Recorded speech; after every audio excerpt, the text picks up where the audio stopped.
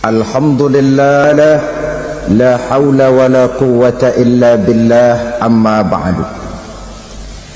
Bapak-bapak, ibu-ibu, saudara-saudara kaum muslimin rahimakumullah. Yang celakanya lagi, lahirlah budaya jilat menjilat, upeti dan lain sebagainya asal tujuan bisa tercapai. Sementara itu yang miskin ingin cepat menjadi kaya, sedang yang kaya ingin menjadi lebih kaya lagi. Kalau boleh tidak hanya sekedar dia saja yang kaya, anaknya harus kaya, cucunya tidak boleh miskin dan kere, bahkan cucu daripada cucunya pun harus jadi orang-orang kaya. Ini keinginan yang wajar. Setiap orang tua tentu tidak ingin meninggalkan anak cucunya dalam keadaan miskin dan terlunta-lunta. Yang tidak wajar kalau keinginan itu membuat orang lalu menghalalkan segala macam cara, menyalahgunakan fasilitas yang dimilikinya, apalagi kalau dia berada dalam satu posisi di mana seharusnya dia memberikan contoh dan keteladanan. Maka akibatnya timbullah krisis wibawa, yang dari krisis wibawa ini mengendorlah disiplin. Sesungguhnya orang lalai, orang tidak mau berdisiplin karena di mukanya, di matanya, dalam pandangannya tidak ada lagi orang yang dianggapnya berwibawa. Dan wibawa itu hilang oleh karena orang merasa tidak ada keteladanan yang patut dijadikan contoh dalam kehidupannya. Inilah sesuatu yang kurang dirasakan di zaman kita sekarang ini. Bukan kurangnya teori, bukan kurangnya segala macam kaedah dan dalil, tetapi yang kita rasakan sekarang ini kurangnya contoh dan keteladanan dari orang-orang yang seharusnya memberikan contoh dan keteladanan itu. Berangkat dari sejarah dan kehidupan Rasulullah sallallahu alaihi wasallam, keberhasilan yang beliau peroleh, salah satu dasar utamanya ialah satunya kata dan perbuatan. Tidak bermental ganda, tidak bermain minyak di atas air, tidak menggunting dalam lipatan. Lidahnya adalah hatinya, ucapannya adalah perbuatannya, dan apa yang beliau ajarkan kepada orang lain, beliaulah pelaksana pertamanya. Saudara-saudara kaum muslimin rahimakumullah. Sementara itu pada sisi lain, yang miskin ingin cepat menjadi kaya, maka ia terjebak dalam prinsip tujuan menghalalkan cara apapun saja dilaksanakan asal dia bisa segera menjadi kaya. Maka salah satu jalan yang banyak dilaksanakan orang untuk mencapai kekayaan tanpa harus peras keringat dan banting tulang seperti umumnya orang adalah melalui satu jenis permainan yang umumnya kita kenal dengan nama judi. Ada dua bentuk dan pola daripada judi. Walaupun seiring dengan kemajuan ilmu pengetahuan dan teknologi canggih, peradaban manusia semakin tinggi, maka jenis macam judi yang dimainkan oleh manusia ikut-ikut menjadi canggih. Tetapi pada umumnya ada dua jenis macam judi itu. Pertama, ada judi yang dilakukan secara langsung, dalam arti seorang petaruh berhadapan dengan bandar atau orang berhadapan dengan orang. Dari judi yang dilaksanakan secara langsung ini, efek negatif yang segera bisa kita lihat dengan nyata. Pertama, timbulnya rasa dendam dan permusuhan.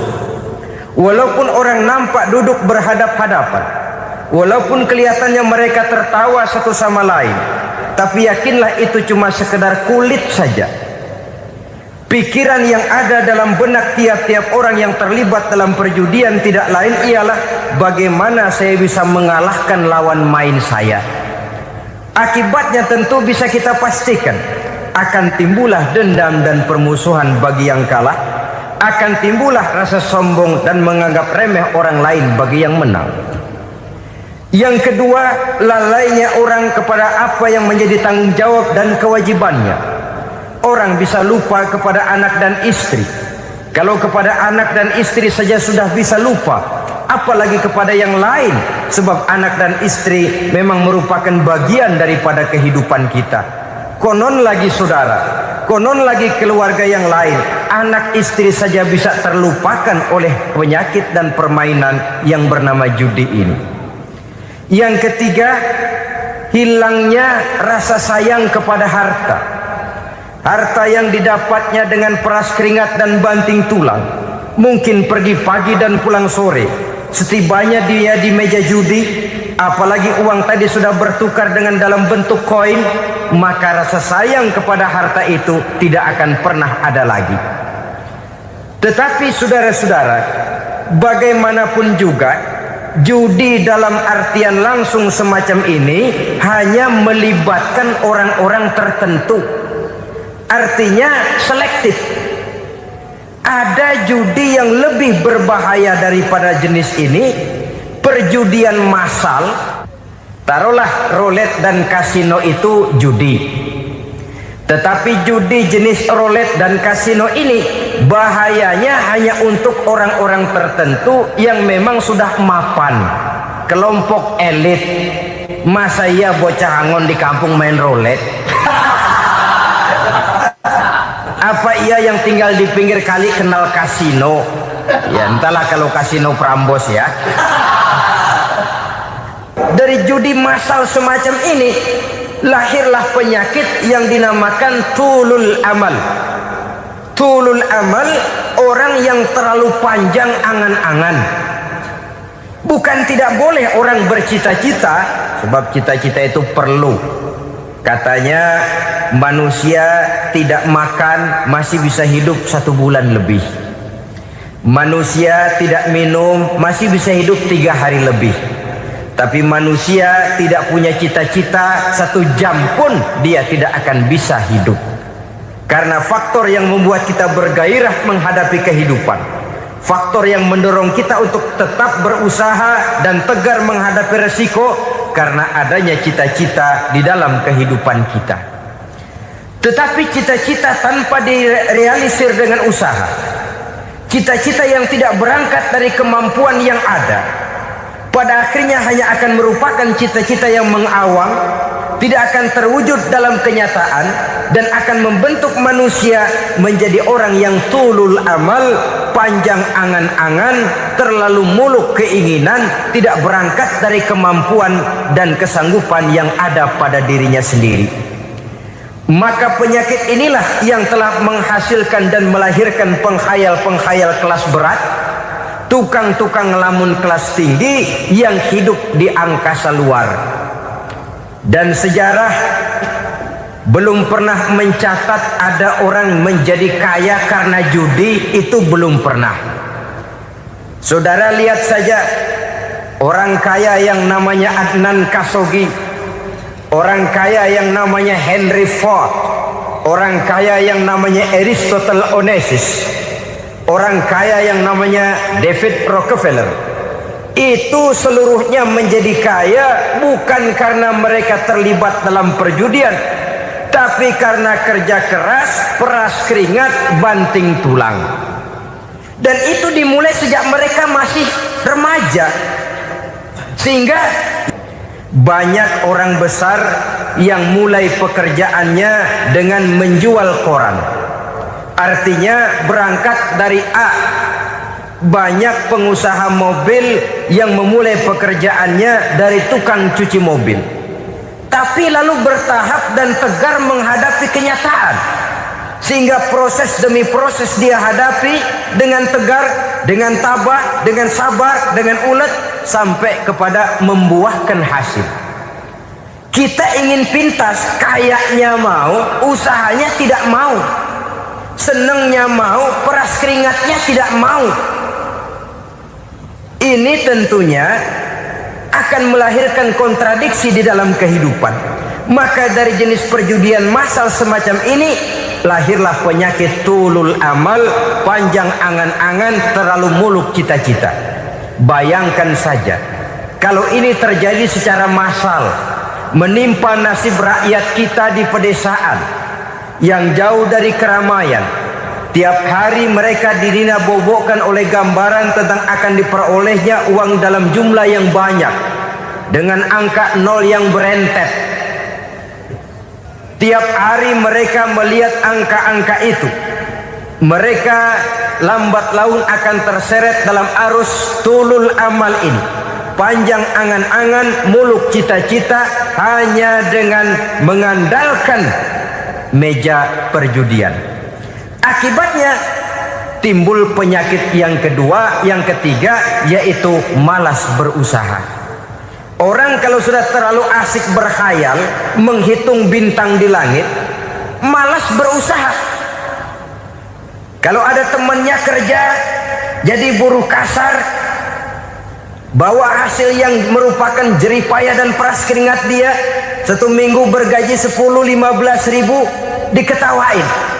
Apaan gaji lu 10 ribu 15 ribu, entar gua nih kalau ketembus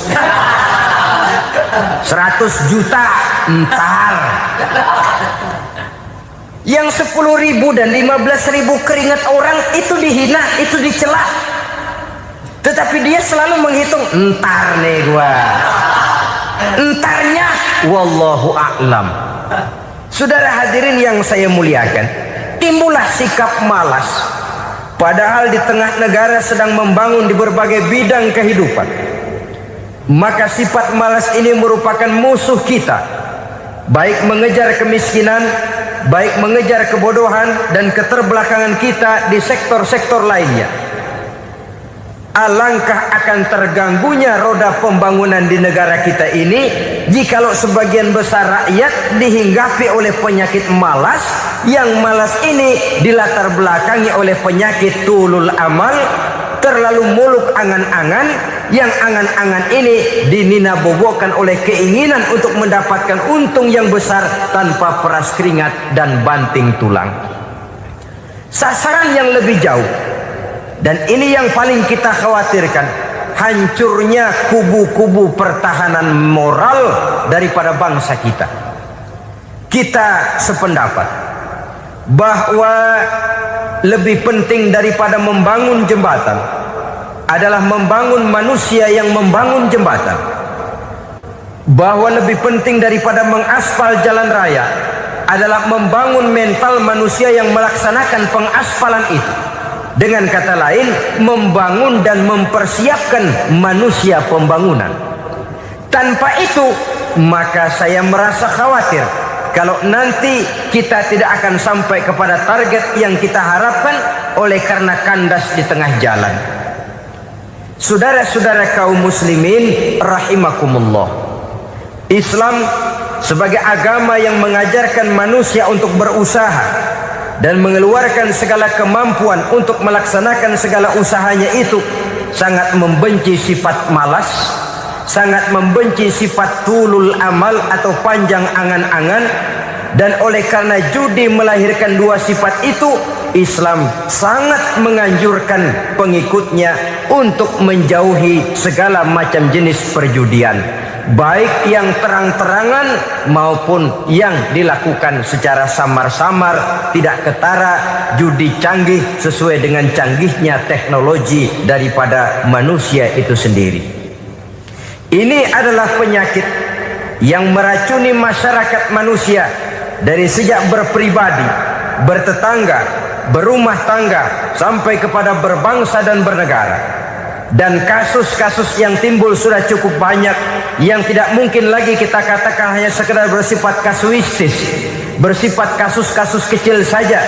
Sebelum riaknya naik ke permukaan, marilah kita membuat benteng untuk masing-masing pribadi muslim memelihara dan menjaga diri jangan terseret dalam permainan yang bernama judi, apapun bentuknya, bagaimanapun cara dan ragamnya.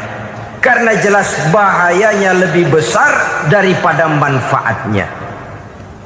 Taruhlah kita barangkali kemarin-marin hanyut dalam arus perjudian, tetapi hendaknya kita bisa mengambil pelajaran bahwa seorang mukmin adalah seorang yang apabila dia melakukan kesalahan, dia segera sadar, dijadikannya pelajaran untuk tidak diulanginya lagi pada masa-masa yang akan datang.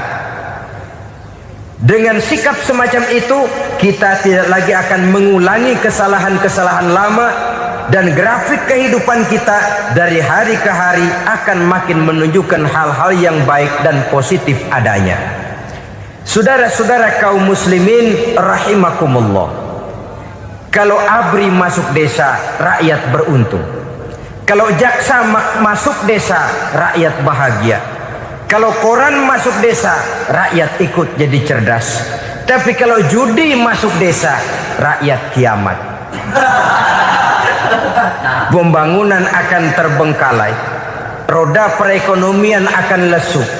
Karena mestinya orang membelanjakan uang untuk sesuatu yang dia perlukan, akhirnya dia belanjakan untuk sesuatu yang dia tidak perlukan, karena gambaran, khayalan akan mendapat keuntungan yang jauh lebih besar lagi. Padahal istilah orang-orang tua kita dulu, lebih baik makan singkong betulan daripada makan roti ngimpi. Artinya uang yang 1.000-2.000 rupiah itu lebih baik dibelikan beras, dimasak, makan bersama anak dan istri, terasa nikmat dan halalnya, ketimbang beli kertas lalu ngelamun, menghayal, menghitung yang bukan-bukan. Itu kertas dibolak madep ulon, dibolak madep mudik, diputar sana, diputar sini, akhirnya palanya ikut muter. Kira-kira apa yang cocok? Masih belum puas, kertas dilihat orang gila ditanyain. Sudah tahu waras, orang gila yang ditanya. Masih belum puas, nanya orang gila, tidur di kuburan. Allahu Akbar. Padahal di rumahnya tempat tidurnya empuk, anget, nggak ada nyamuk. Kuburan, tidur di kuburan. Dampak-dampak negatif yang semacam ini pada gilirannya mau atau tidak mau akan menyeberang kepada garis akidah, membahayakan dan mengancam nilai-nilai tauhid yang kita miliki. Sudah kertas dibolak-balik, tidak puas, orang gila ditanya. Orang gila ditanya belum maram, tidur di kuburan. Barangkali ada bisikan. Saudara hadirin yang saya muliakan, memang walaupun wahyu sudah berhenti, tapi Allah masih memberikan ilham kepada hamba-hambanya yang dikehendakinya. Tetapi ilham itu bentuknya positif. Kalau saudara pagi-pagi berniat, tahu-tahu datang pikiran nanti malam mau ngaji, itu namanya ilham. Kalau saudara sedang merenung, tahu-tahu datang pikiran, saya mau sedekah, itu namanya ilham, bentuknya positif.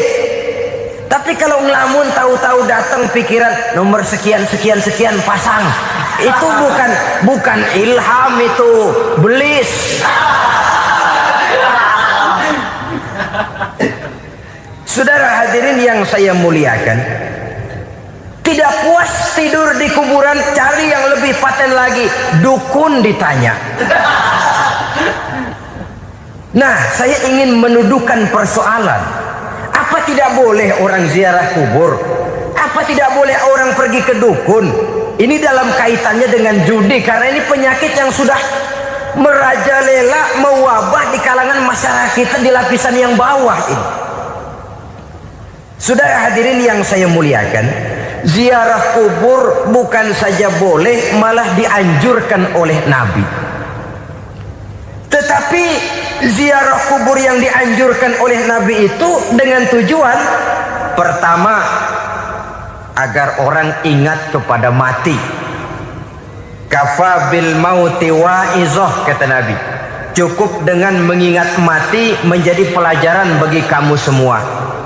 Maka etikanya diajarkan, kalau saudara ziarah kubur, sampai di depan pintu kubur itu kan, Assalamualaikum ya ahlal kubur wa inna insyaallahu bikum lahikun.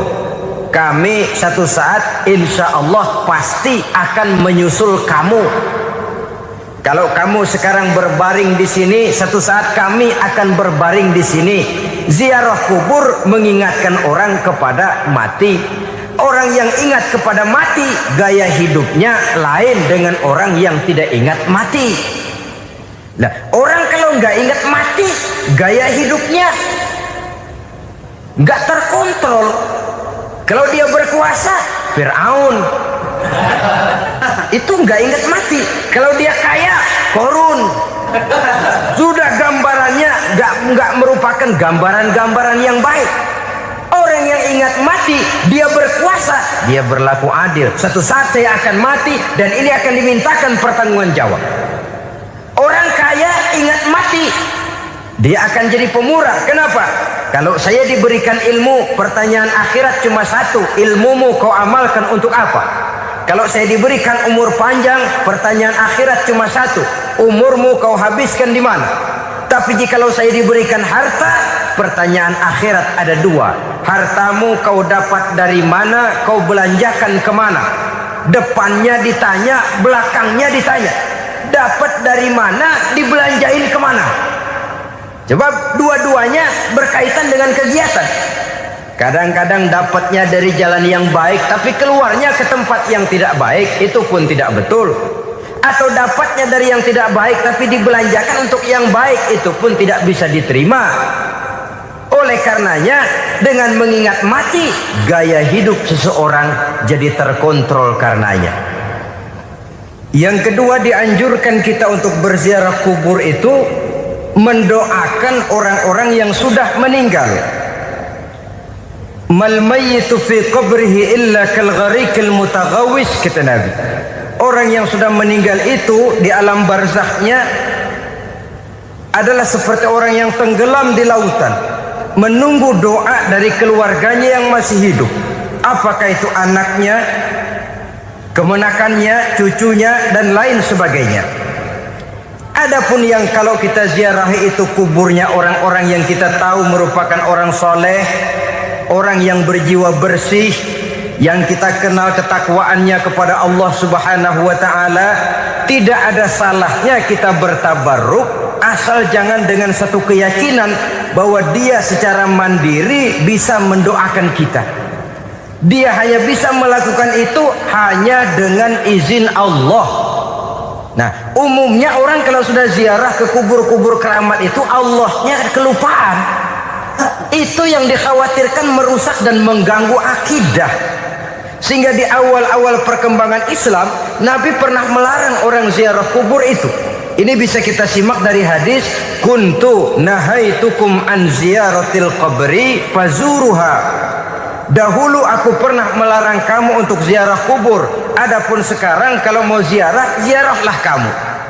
Kata-kata dulu aku pernah melarang kamu itu menggambarkan bahwa pada permulaan perkembangan Islam, nilai keimanan para sahabat masih rapuh, masih lemah, masih memerlukan pembinaan. Sehingga kalau mereka sering ke kubur, dikhawatirkan mereka minta kepada kubur. Nah, tetapi tatkala nilai keimanannya sudah mapan, sudah kuat, kata Rasul, fazuruha. Adapun sekarang kalau mau pergi berziarah, ziarahlah kamu.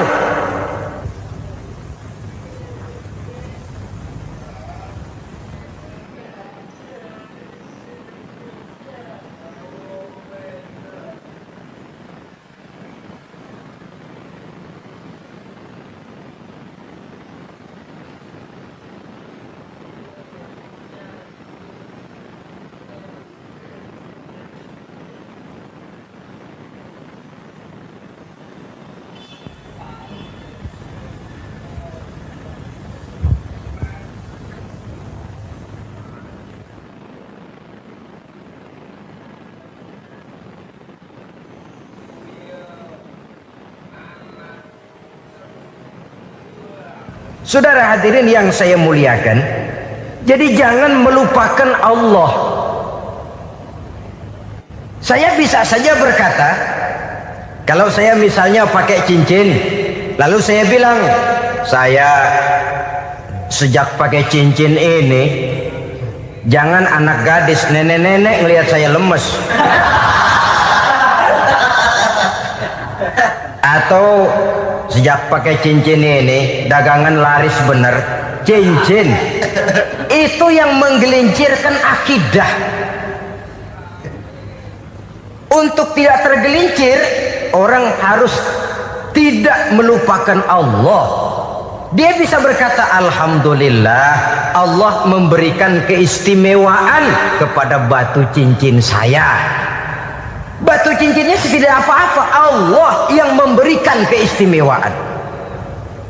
Ini dalam bentuk yang langsung. Dalam bentuk yang tidak langsung kita bisa lihat, misalnya kalau petani ditanya, ini bisa panen besar ini rahasianya apa, Pak? Oh, pupuk urea, pupuk urea.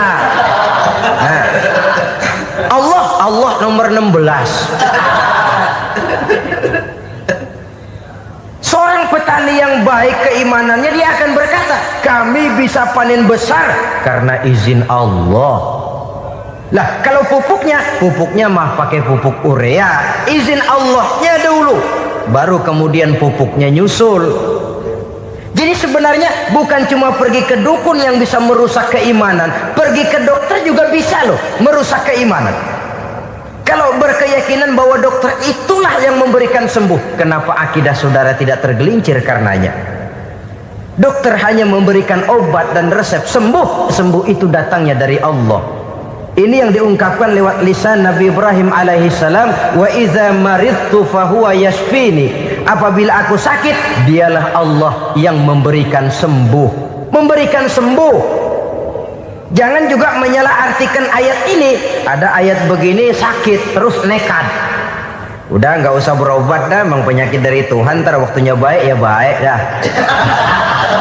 Udah ampek terus dah. Orang yang berobat saja belum tentu sembuh, apalagi yang tidak berobat. Sama juga orang nggak sembahyang kita ajakin ngotot, lu juga yang sembahyang belum tentu masuk surga katanya. Lah yang sembahyang belum tentu masuk surga, bagaimana cengoran lu yang nggak sembahyang?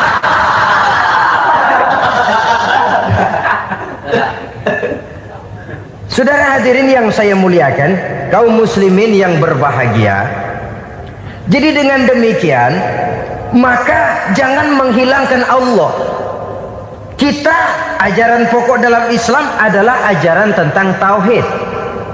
Nah, tauhid ini menyangkut mengesahkan Allah, baik di dalam zatnya, baik di dalam sifatnya, baik di dalam perbuatannya, baik di dalam beribadah kepadanya. Tauhid dalam ibadah itu ada. Tauhid dalam zat artinya zat Allah itu tidak tersusun, tidak terdiri dari bagian-bagian yang bisa pecah-pecah. Ya seperti kita ini kan ada kepala, ada kaki, ada tangan. Allah tidak tersusun zatnya dari bagian-bagian. Esa zatnya tidak bisa dibagi-bagi. Esa sifatnya artinya Allah itu sifatnya tidak pernah berubah. Sejak dahulu sampai sekarang Allah itu cinta kepada orang beriman yang melakukan kebaikan, dan Allah benci kepada orang kufur yang melakukan kejahatan. Mustahil satu saat Allah berubah. Orang kufur yang berbuat kejahatan didemenin, orang mukmin yang berbuat kebaikan dikeselin.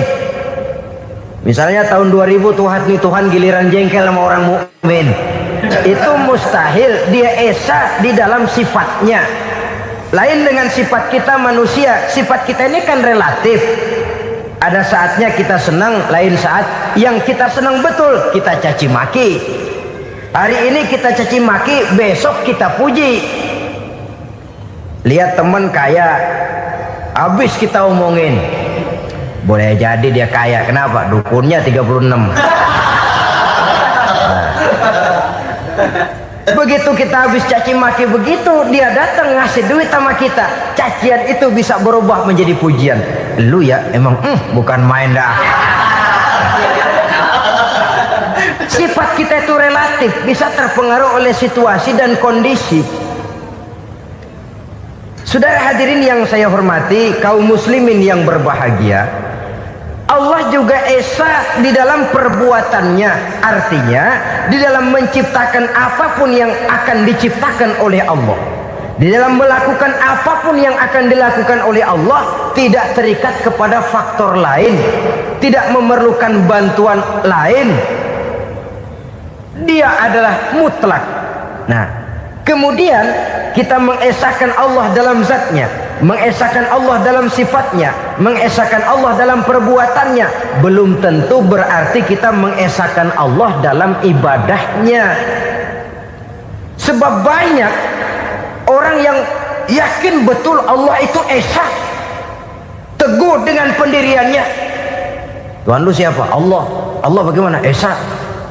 Bagaimana kalau dua? Kagak. Tiga? Enggak. Mantap. Soal tahlil paten. Tapi dalam ibadah kadang-kadang dia tidak mentauhidkan Allah. Ini makna wa ma umiru illa liya'budullaha mukhlisin. Kami tidak memerintahkan kepadamu kecuali untuk beribadah kepadaku, kata Allah, dengan ikhlas. Beribadah kepada Allah dengan ikhlas itu artinya apa? Beribadah hanya untuk Allah saja. Nah, kalau hanya untuk Allah saja, lalu kita minta berdoa di depan kuburan orang yang soleh, apa syirik? Tidak syirik. Kalau kita berkeyakinan bahwa orang tempat kita memanjatkan doa itu hanya bisa mendoakan kita dengan izin Allah. Dia sendiri tidak punya kekuasaan apa-apa. Tanpa izin Allah dia tidak bisa berbuat apa-apa. Itu tidak menyebabkan orang menjadi syirik. Sama saja dengan kalau saya berkata tadi, alhamdulillah Allah telah memberikan keistimewaan kepada batu cincin saya. Apa salahnya Allah memberikan keistimewaan kepada benda-benda mati? Allah memberikan keistimewaan kepada Hajar Aswad, benda mati. Allah memberikan keistimewaan kepada Masjidil Haram, benda mati. Allah memberikan keistimewaan kepada Ka'bah, benda mati. Orang tawaf keliling Ka'bah, sembahyang di Masjidil Haram, sujud menghadap kepada Ka'bah, apakah jadi syirik? Tidak, kita tidak menyembah Ka'bahnya, kita menyembah yang punya Ka'bah itu. Nah, di sini kita lihat bahwa fungsi Ka'bah hanya merupakan wasilah. Tapi kalau Allahnya kita hilangkan, jadilah kita penyembah batu. Hanya saja batu itu berbentuk 4 bernama Ka'bah. Sa'i, orang yang melaksanakan haji, lari-lari antara Safa dan Marwah, amalan apa itu? Seakan-akan kita menghormati bukit-bukit, gunung-gunung. Tapi bukan itu yang kita tuju dalam pelaksanaan sa'i itu. Yang kita tuju adalah ini perintah Allah. Allahnya yang diutamakan. Maka hal semacam ini tidak menyebabkan orang menjadi syirik dan tergelincir dari tauhid. Tapi kalau ziarah kubur dengan niat cari buntutan, nomor yang cocok, ini niatnya saja sudah salah. Nah, kalau berangkat dengan niat yang salah, sampai di sana saya yakin, seyakin-yakinnya amalannya pasti salah. Lah, kubur yang diziarahin bukan kubur orang soleh. Ya mana ada orang soleh ngasih kode buntut. Ada juga orang salah. Orang soleh itu kadang-kadang dia nggak tahu kuburan siapa, nongkrong aja di situ. Memang sulit, saudara-saudara. Mental ya, namanya mental. Kalau memang mental sudah mental judi, apa saja bisa dijudiin. Jadi orang nggak perlu sebenarnya pemerintah terlalu gini, nggak usah. Kembali saja kepada mental. Kalau mental memang sudah mental judi, apaan aja bisa dijudiin. Pulang tengah malam nabrak babi, aha, babi yang keluar nih.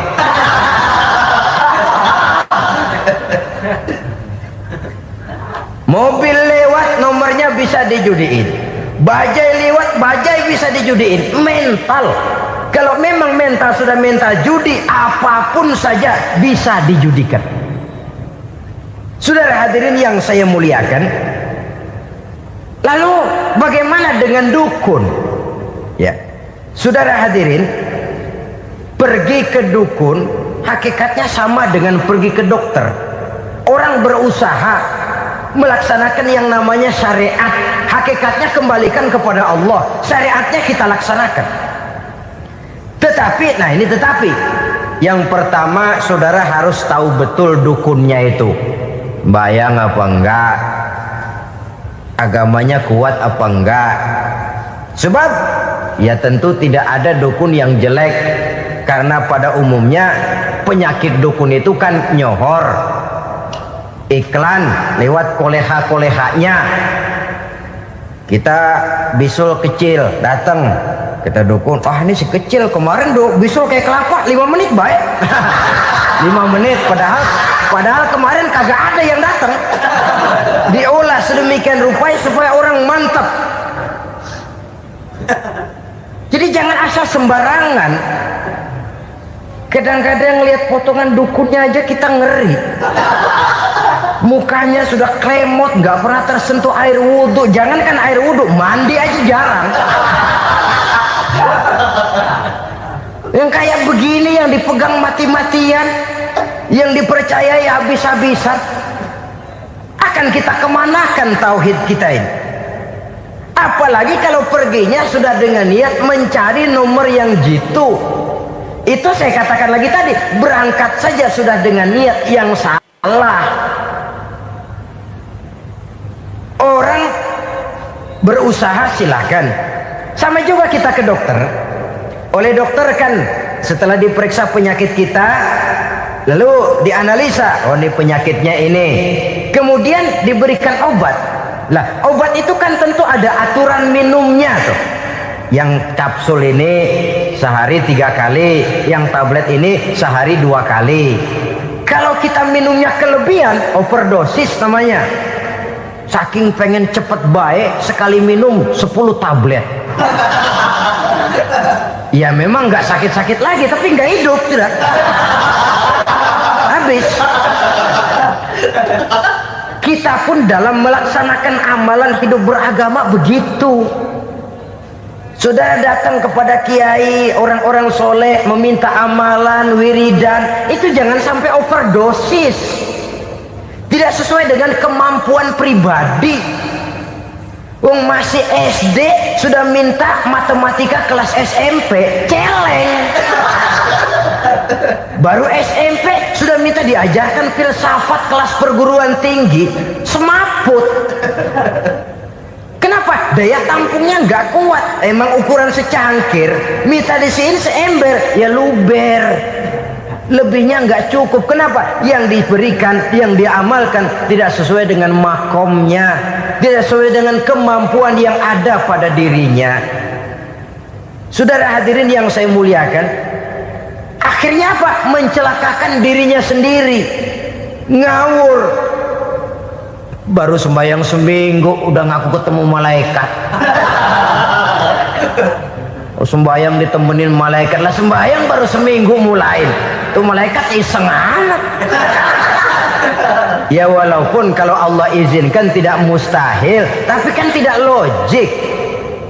Orang yang melaksanakan ibadah puluhan tahun memerlukan riyadhah dan latihan, khusyuk dan tawadhu, penuh tazallul, merendahkan diri di hadapan Allah, belum tentu mendapat karunia yang semacam itu.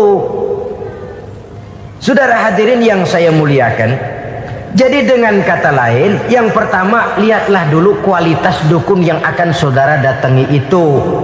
Ini kualitas black apa kualitas white, aspal apa cat putih, sehingga jangan sampai kita salah pilih. Sebab biasanya orang kalau sudah hanyut di kali, rumput pun dia pegangin. Dia tahu kalau rumput tidak akan bisa menahan bobot badannya, tapi karena posisinya posisi terjepit, rumput pun dia pegang. Ini satu gambaran psikologis betapa orang dalam keadaan panik, kepepet, kejepit, yang tidak mestinya dipegang pun akan dipegangnya juga. Walaupun dia tahu itu tidak akan bisa menahan bobot badannya, namun dipegangnya juga. Oleh karenanya, yang pertama, lihat dulu kualitas dukunnya. Yang kedua, saudara-saudara, jangan berkeyakinan bahwa dukun itulah yang memberikan permintaan saudara. Si dukun hanya bisa dengan izin Allah. Nah ini kuncinya.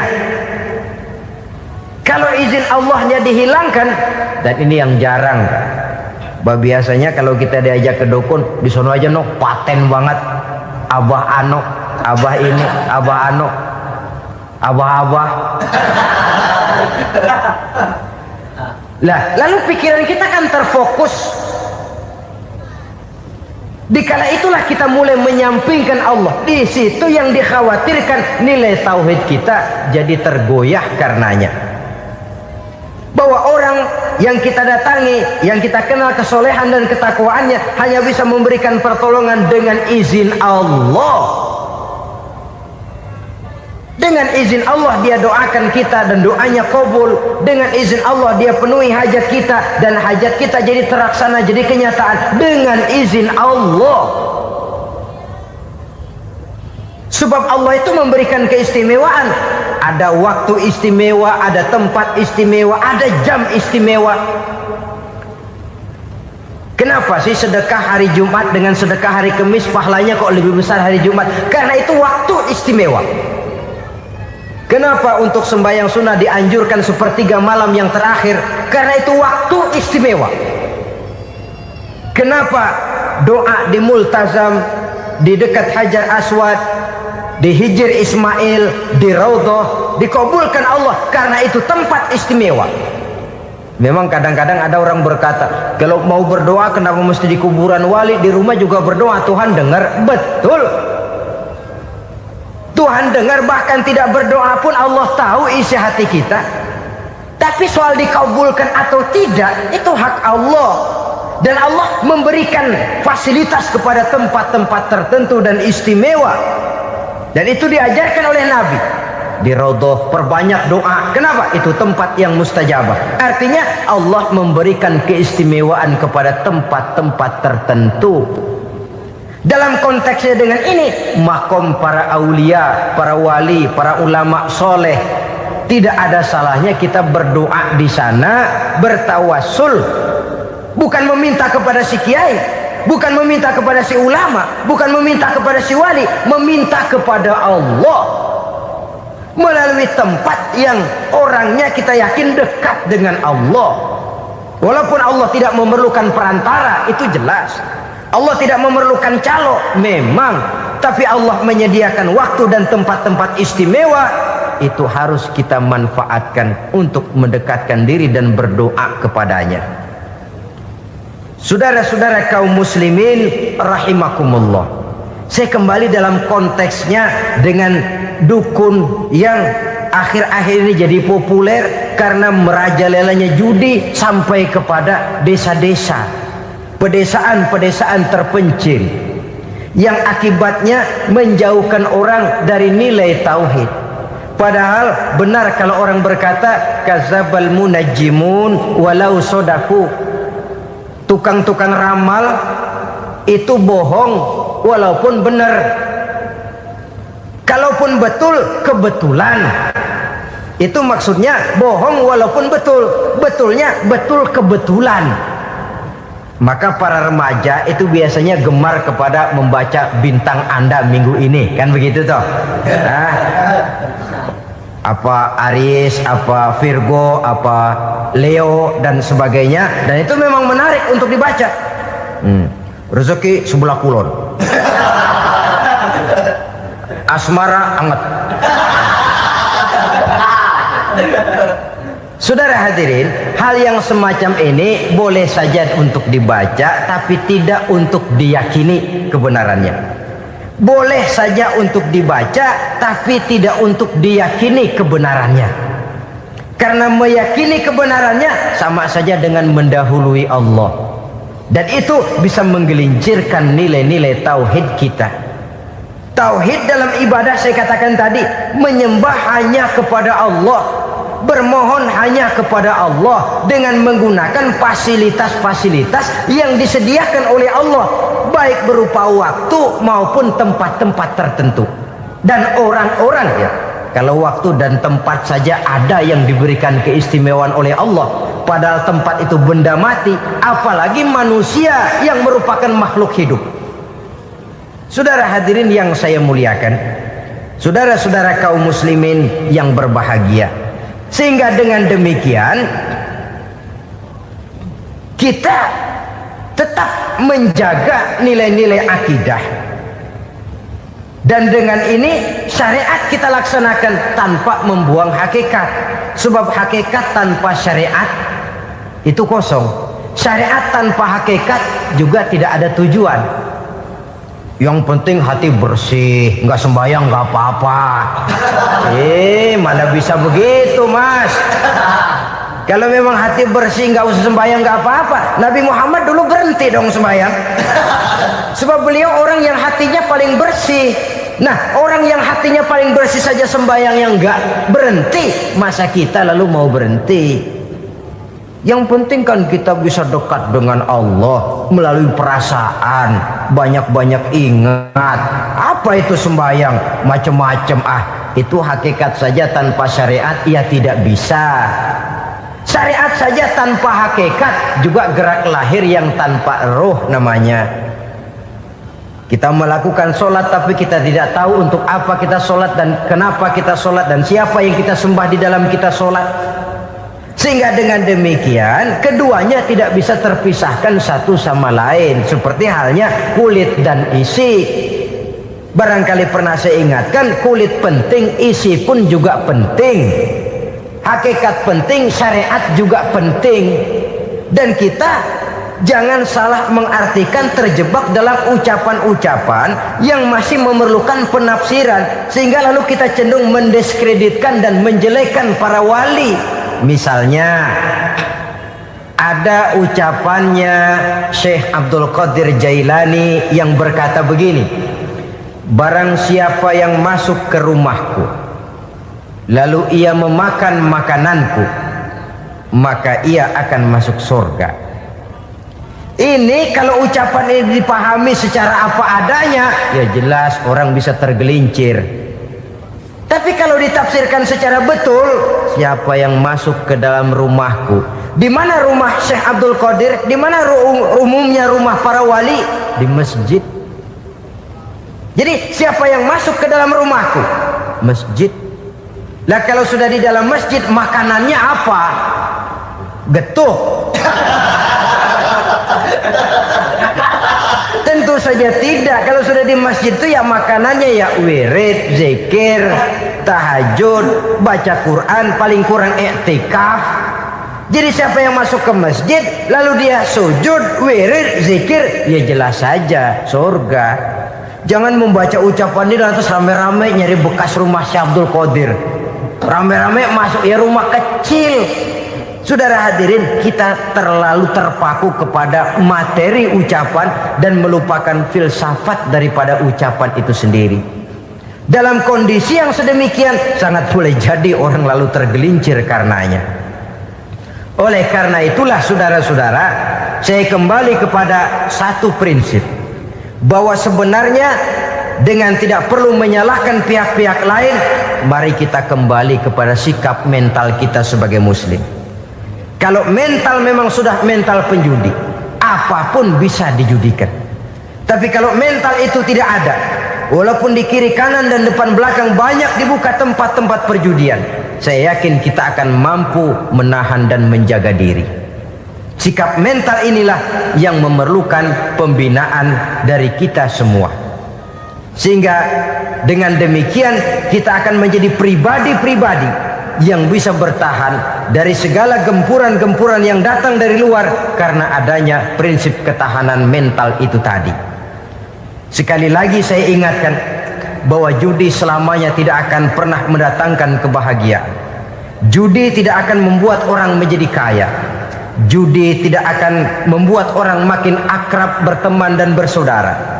Yang jelas judi melahirkan permusuhan dan dendam, membangkitkan rasa malas, memulukan angan-angan tanpa mau peras keringat dan banting tulang, melalaikan orang dari tanggung jawab dan kewajibannya, membuat ia lupa kepada anak, istri dan seluruh keluarganya, dan pada akhirnya dia akan terjebak dalam satu permainan yang makin menjauhkan dia dari proses kesadarannya sebagai manusia.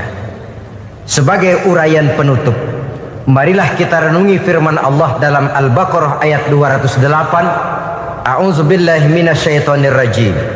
Ya ayyuhalladzina amanu dukhulu fis silmi kafah wa la tattabi'u khutuwatis syaitan innahu lakum aduwwum mubin. Hai orang-orang yang beriman, masuklah kamu ke dalam keselamatan, masuklah kamu ke dalam Islam secara keseluruhan. Jangan kamu mengikuti jejak-jejak setan, karena setan adalah musuhmu yang nyata dan jelas. Judi termasuk jejak-jejak yang ditinggalkan oleh setan untuk diikuti oleh kita, agar kita mendapatkan kesengsaraan baik di dunia, lebih-lebih di akhirat nanti. Semoga Allah selamatkan kita, Allah selamatkan seluruh bangsa kita dari penyakit-penyakit judi yang melahirkan efek-efek negatif dalam kehidupan. Terima kasih atas perhatian saudara. Mohon maaf atas segala kekurangan. Usikum wa nafsi bitaqwallah. Wassalamualaikum warahmatullahi wabarakatuh. Waalaikumsalam warahmatullahi wabarakatuh. Bapak-bapak, ibu-ibu, saudara-saudara kaum muslimin rahimakumullah. Murai di dahan dan kokok ayam di kandang. Dunia ini penuh dengan berbagai macam kesibukan. Sejak dari petani yang turun ke ladang, pedagang yang berangkat ke pasar, pelajar yang menuju sekolah, sampai kepada pegawai yang berangkat ke kantor, seluruhnya tidak lain untuk mencari sesuatu yang bernama bahagia. Setiap orang menginginkan kebahagiaan, dan tidak seorang pun menginginkan kesengsaraan dalam kehidupan ini. Namun nyatanya tidak setiap orang yang ingin bahagia mengetahui jalan yang harus ditempuhnya untuk sampai kepada kebahagiaan itu. Maka pada kesempatan pertemuan kali ini, saya ingin menyampaikan sebuah hadis dari junjungan kita baginda Nabi besar Muhammad sallallahu alaihi wasallam yang termuat dalam kitab Mukhtarul Ahadits An-Nabawiyah, di mana beliau bersabda, arba'un min sa'adatil mar'i. Ada 4 perkara yang merupakan tanda dari orang bahagia. Saya mau tanya, di antara saudara-saudara yang hadir di sini, apa ada yang kepengen jadi orang sengsara? Seluruhnya tentu ingin mendapatkan kebahagiaan. Maka menurut resep dari Nabi kita, tanda orang bahagia itu 4. Jadi kalau saudara ingin bahagia, harus mempunyai 4 perkara ini. Yang pertama, orang bahagia itu kata Nabi, darun wasi'un. Punya rumah biar bagus asal gede. Enak ngaturnya, daripada sudah punya rumah kecil, adanya di pinggir kali, gubuk, kalau hujan bocor, miring lagi, kiamat. Loh, kalau gitu Islam materialis dong. Hadis ini boleh diartikan dengan makna hakiki, arti yang sebenarnya. Boleh diartikan dengan makna majazi, arti kiasan. Kalau dia diartikan dengan arti kias, maka yang dimaksud darun wasi'un ay qalbun wasi'un. Rumah yang luas tidak lain daripada hati yang lapang. Karena di situ kunci kebahagiaan yang sebenarnya. Walaupun kita cuma tinggal di petak berukuran 2 kali 3 meter, kalau hati kita luas-luas rasanya rumah itu. Tapi biar rumah kita halamannya saja puluhan ribu hektar, ada kolam renangnya, kamar tidurnya tidak lagi terhitung. Kalau hati yang menempati rumah itu sempit, maka akan terasa sempit jugalah rumah itu. Tempat bergantungnya tidak lain adalah hati. Marilah kita mencoba melihat berbagai pandangan orang tentang bahagia ini. Ada orang menyangka bahwa bahagia itu kalau dia mendapatkan harta yang sebanyak-banyaknya. Siapa yang banyak harta, dialah raja. Apa yang dia mau, seluruhnya bisa dibeli. Keamanannya, dia bisa menyewa petugas. Seluruh fasilitas untuk menyenangkan kehidupannya bisa dibeli. Pendeknya, hartalah segala-galanya dalam kehidupan. Sampai ada pepatah mengatakan, innad darahima fil amakini kulliha taksur rijala mahabatan wa jalala. Sesungguhnya harta, dinar, dirham, uang di mana-mana selalu bikin hebat orang yang memilikinya. Coba lihat, orang yang punya duit sama yang enggak punya duit, jangan gaya hidupnya, gaya jalannya aja lain. Wahia lisanun liman arada fasahatan, wahia silahun liman arada qitala. Uang adalah senjata yang paling ampuh bagi orang yang mau pergi perang, dan lidah yang paling fasih bagi orang yang mau bicara. Kalau bicara dengan lidah macet, cobalah bicara dengan harta, lancar. Sampai ada pepatah demikian, segalanya bisa diatur dengan harta. Maka di kalangan orang yang berpandangan semacam itu, seluruh kegiatan hidupnya hanya terfokus kepada bagaimana mengumpulkan harta yang sebanyak-banyaknya. Tidak peduli halal haram, tidak kenal sore pagi siang dan malam, tidak sempat sujud, jauh dari agama, jauh dari kehidupan yang bersifat ruhaniyah, jauh dari Allah dan sebagainya. Sampai dalam Al-Quran dikelompokkan dalam kelompok yang dinamakan lumazah. Allazi jama'a malahu wa addadah yahsabu anna malahu akhladah. Mereka mengumpul-ngumpulkan harta sebanyak-banyaknya dan menyangka bahwa harta yang banyak itu dapat mengekalkan hidupnya, mengekalkan kekayaannya, mengekalkan kebahagiaannya. Saudara hadirin yang berbahagia, kalau pandangan hidup ini benar, artinya kalau harta memang merupakan satu-satunya hal yang dapat membuat orang bahagia, tentu di rumah mewah tidak akan pernah ada tangis derita. Tentu di satu tempat di mana fasilitas hidup serba menunjang tidak ada yang namanya penderitaan. Tapi suka dan duka, sedih dan gembira, senyum dan tawa adalah milik setiap orang, baik dia punya harta maupun dia tidak punya harta.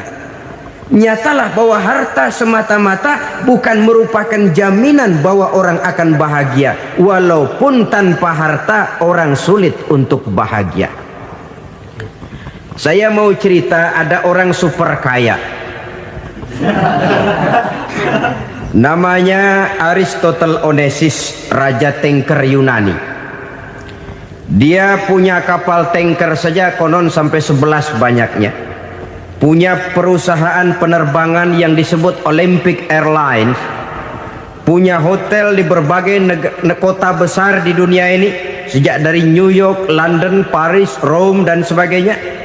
Bahkan punya pulau yang dia namakan Pulau Scorpio. Ini kan namanya sudah kaya nggak tanggung-tanggung, punya pulau. Nah, dia punya 2 orang anak, yang satu laki-laki namanya Alexander, yang satu perempuan namanya Maria Onesimus. Seluruh harapannya tertumpah kepada anak lakinya Alexander ini, yang akan meneruskan usahanya, meneruskan kekayaannya, meneruskan dinastinya. Apa yang terjadi? Ternyata anak yang dia harapkan yang bernama Alexander ini mati muda dalam kecelakaan pada waktu dia olahraga. Apa olahraganya? Namanya olahraga anak orang kaya, golongan jet set.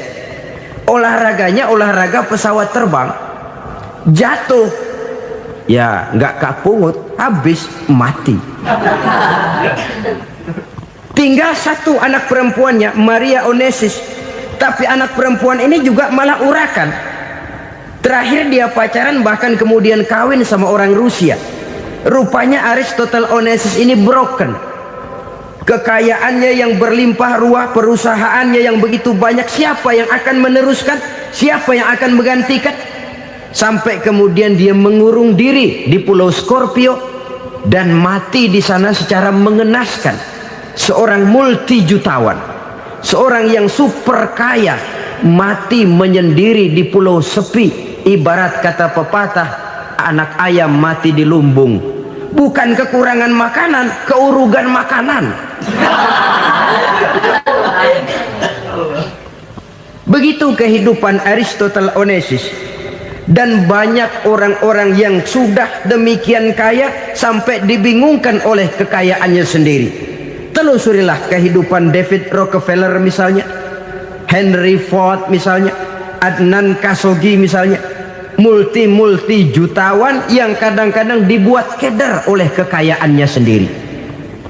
Pantas ketika Imam Ali ditawarkan orang, "Ya Ali, kalau kepadamu disuruh pilih ilmu atau harta, kau pilih mana?" Ya jelas pilih ilmu dong. Kenapa? Pertama, ilmu kalau kita berikan kepada orang lain tambah. Tapi harta kalau kita berikan kepada orang lain kurang. Saudara punya uang 10.000, dibagi orang 5.000, jelas uang saudara berkurang. Tapi saudara punya ilmu diberikan kepada orang lain bisa, saudara pun makin mantep. Tidak lantas jadi bodoh karena ngajarin orang. Saudara bisa Fatihah lalu mengajarkan orang Fatihah. Orang bisa, saudara pun makin hafal. Tidak lantas setelah diajarin orang ilmunya hilang. Begitu datang dia minta orang, "Tolong ajarin saya Fatihah." Udah habis, nggak ada.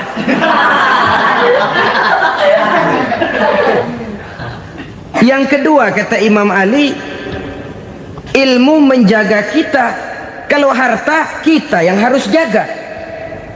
Makin banyak ilmu makin terpelihara diri seharusnya. Tetapi makin banyak harta makin bingung kita jaganya. Sampai kadang-kadang kalau perlu seluruh keliling rumah dipasangi alarm. Belum cukup disewakan anjing besar-besar, pasang di depan pintu, awas anjing galak. Masih belum cukup juga cari centeng tukang-tukang kepruk jaga rumah. Masih terasa belum aman, padahal rumahnya dikelilingi tembok besar. Di balik tembok ada pintu-pintunya tebal. Di balik pintu itu terbuka masuk kamar, kamar pun ada pintunya, pintunya pun kuat. Masuk ke dalam kamar ada lemari, lemarinya pun pintunya kuat, dikunci, kuncinya pun kuat. Tapi terhadap seluruhnya yang timbul cuma sekedar was-was saja. Kesimpulannya sekali lagi, tanpa harta orang memang sulit untuk bahagia. Tapi harta semata-mata tidak merupakan jaminan orang akan bahagia. Dengan hati yang luas, itu modal utama untuk mencapai kebahagiaan hidup. Orang yang hatinya luas, saudara-saudara, punya hati yang lapang, melihat kenyataan hidup ini, dia bersyukur senantiasa kepada Allah. Lantas tidak timbul hasud dan iri hatinya. Oleh karena itu, jiwanya selalu lapang. Kalau tidak, cupik hati namanya. Dangkal pandangan, tidak senang melihat orang lain dapat nikmat, dan itu sering dijadikan contoh. Kalau orang yang lapang dada, dia lihat tetangganya beli TV baru, dia berkata, "Alhamdulillah ya, tetangga kita beli TV, mudah-mudahan kita bisa ikut nonton." Lapang dadanya. Tapi orang yang sempit hati, lihat tetangga beli televisi, meriang. Enggak diapa-apain, meriang. Besoknya dengar tetangga beli motor, makin sakit, ke rumah sakit. Lalu di rumah sakit dengar tetangganya beli mobil, mati. Disiksa oleh perasaannya sendiri. Orang kalau hati sudah sempit dalam hidup, kemanapun dia pergi, sempit rasanya medan kehidupannya. Kemudian kita melihat juga ada orang yang menilai bahwa bahagia itu katanya kalau punya kedudukan yang tinggi, pangkat yang agung, wibawa yang besar. Mungkin betul, tapi mungkin juga tidak. Bergantung kepada hati orang yang punya pangkat itu. Sama dengan harta tadi. Harta akan membawa bahagia kalau dia jatuh ke tangan orang yang berhati lapang. Tapi harta akan jadi bencana kalau jatuh ke tangan hati orang yang sempit. Pangkat akan membawa bahaya kalau jatuh di tangan hati orang yang sempit. Lebih dari itu, kenyataan mengajarkan kepada kita bahwa ternyata pangkat dan jabatan tidak selamanya memberikan kebahagiaan dalam kehidupan. Bahkan resikonya kelewat besar. Beberapa bukti kita bisa ambil dari para pemimpin dunia yang menjadi korban lantaran pangkat dan jabatan yang disandangnya. Saudara ingat Presiden Abraham Lincoln dan John Kennedy dari Amerika dibunuh orang. Park Chung-hee dari Korea Selatan, Ziaur Rahman dari Bangladesh, Anwar Sadat dari Mesir, terakhir Indira Gandhi dari India, menjadi korban dari pangkat dan jabatan yang disandangnya dari orang-orang yang tidak senang dia memegang jabatan itu. Dia akan mudah mengundang bencana, sehingga pantas kalau seorang presiden terkemuka Amerika, Harry Truman namanya, dia mengatakan jabatan presiden itu, kata dia, seperti orang nunggang macan, naik macan, harus kita taiki, kalau enggak dia bakal nerekam kita, ngeri katanya. Adapun orang yang hatinya lapang, kalau dia menerima pangkat dan jabatan, dianggapnya itu satu kesempatan untuk berbuat baik. Tapi orang yang berhati sempit, menerima pangkat dan jabatan, bukan kadang-kadang menerima, malah berusaha setengah mati mencapai dengan segala cara. Kalau perlu jilat atas, jilat atas. Jadi golongan sumuhun dawu. Jadi kelompok kulon nuwun, yes sir, yang kerjanya cuma oke bos. Kalau perlu jilat atas, jilat atas. Kalau perlu injak yang bawah, injak yang bawah. Perlu sikut kiri kanan, sikut kiri kanan. Yang penting pangkat dapat, jabatan dapat. Orang yang semacam ini, kalau sudah mempunyai pangkat dan jabatan, biasanya dia tidak menganggap itu sebagai amanah, tidak menganggap sebagai kesempatan berbuat baik, tapi malah kesempatan untuk memperturutkan hawa nafsunya yang dilatar belakangi oleh kesempitan hatinya tadi. Apalagi kalau orang memperoleh pangkat karena banyak mengeluarkan uang. Seakan-akan pangkat dan jabatan itu sekarang macam proyek, pakai tender. Siapa yang berani bayar segini, naik. Nggak berani, minggir. Padahal logikanya, kalau orang mencapai satu jabatan karena banyak mengeluarkan uang, hampir bisa dipastikan bahwa setelah jabatan itu dia pegang, langkah pertama yang akan dilakukannya ialah berusaha bagaimana uang yang dia keluarkan supaya kembali. Ya paling kurang pulang modal dulu dong. Soal mikirin rakyat soal nanti, tapi ini modal harus pulang. Itu celakanya kalau orang memperoleh pangkat dan jabatan cuma karena banyak mengeluarkan uang. Jarang orang yang mempunyai keyakinan dan pandangan bahwa pangkat dan jabatan merupakan amanah. Jadi sekali lagi, pangkat dan jabatan mungkin saja membawa kebahagiaan kalau jatuh ke tangan orang yang berhati lapang. Tapi bisa jadi bencana kalau dia jatuh ke tangan orang yang mempunyai hati yang sempit. Dan lagi-lagi stresnya hati yang lapang. Lalu sebagian orang, saudara, ada yang berpandangan katanya bahagia itu kalau jadi orang terkenal, mempunyai popularitas, menjadi idola di kalangan remaja, di kalangan orang tua, di segala lapisan masyarakat. Padahal makin populer orang, makin terikat dia. Ya kalau macam kita ini kan nggak punya nama, nggak populer, tengah malam buta mau nongkrong di warung Tegal aman. Tapi pangkat, jabatan, kedudukan, popularitas menyebabkan kita diikat dengan berbagai macam peraturan. Cuma mandi sama ke WC saja yang nggak dikawal.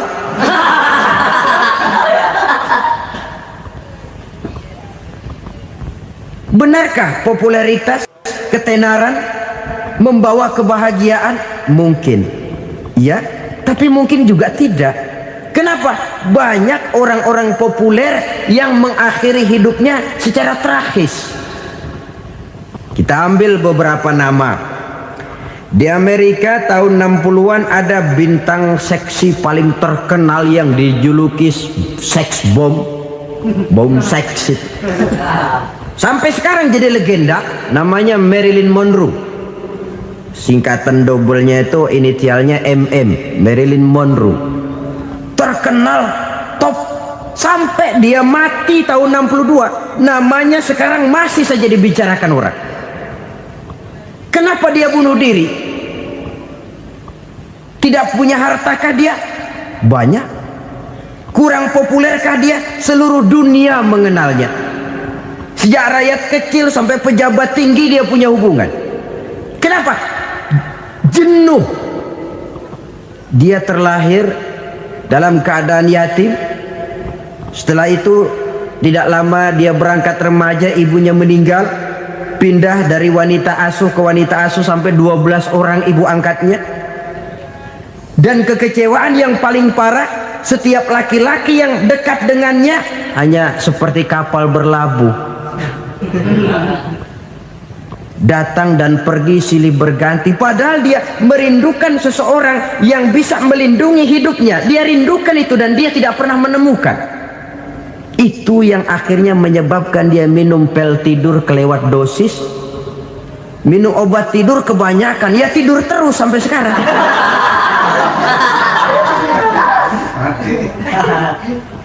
Dia mengakui,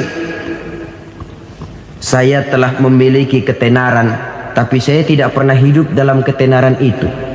Saya pandai main sandiwara, tapi saya ingin hidup dalam alam yang real sebagaimana umumnya orang. Itu yang dia rindukan.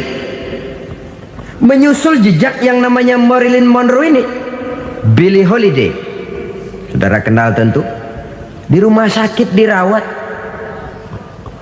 Dia juga minum obat overdosis, mati lagi. Jimi Hendrix minum obat tidur overdosis kelewat batas, mati lagi. Lalu yang menghanyutkan diri di danau, Janis Joplin dan Brian Jones. Ini orang-orang populer, orang-orang terkemuka yang mengakhiri hidup secara tragis, bukan karena tidak terkenal, mungkin karena sudah saking terkenalnya. Contoh paling belakangan, Bruce Lee. Wah, ini tukang-tukang keprok tentu kenal siapa dia. Sampai sekarang pun tabir kematiannya masih merupakan misteri. Dan yang masih hidup juga menunjukkan gejala yang aneh. Michael Jackson, rumahnya di Beverly Hills itu dijaga sedemikian rupa, dan dia selalu curiga kepada setiap makanan harus steril, bersih dari segala macam kimia. Kemana dia pergi, itu tukang-tukang keprok sudah selalu menjaga dan mengawal, dan dia seakan takut menunjukkan mukanya yang asli. Hingga kalau tampil ke tengah di luar show, dia kadang memakai pakaian yang tidak menunjukkan dia yang sebenarnya, takut dikenali orang. Ternyata popularitas sering jadi momok yang meracuni kehidupan manusia. Oleh karena itu, benarlah junjungan kita pada saat beliau mengajarkan orang akan bahagia kalau dia mempunyai hati yang lapang. Nah, sekarang masalahnya untuk mendapatkan hati yang lapang, caranya bagaimana? Kita kembali kepada konsep Quran. Allah mengajarkan, ala inna bi dzikrillahi tatmainnul qulub. Ketahuilah bahwa dengan banyak mengingat Allah, hati akan tenang, jiwa akan lapang. Dengan kata lain, dekat dengan agama, merasakan kehadiran Allah dekat dalam hidup. Itu muara pertama untuk mencapai hati yang lapang. Ala inna bi dzikrillahi tatmainnul qulub. Jangan macam orang sekarang ingin mendapatkan ketenangan lalu tapak di puncak gunung, di gua-gua, di tempat sepi. Iyalah kalau nggak ada ular. Kalau tergigit ular berbisa, ketenangan belum, mati jelas itu. Islam positif untuk mendapatkan ketenangan. Ala inna bi dzikrillahi tatmainnul qulubi. Bahwa ketahuilah bahwa dengan banyak mengingat Allah, hati akan tenang, jiwa akan lapang, nuansa pikiran akan luas. Karena yang namanya bahagia ada dimanapun manusia berada.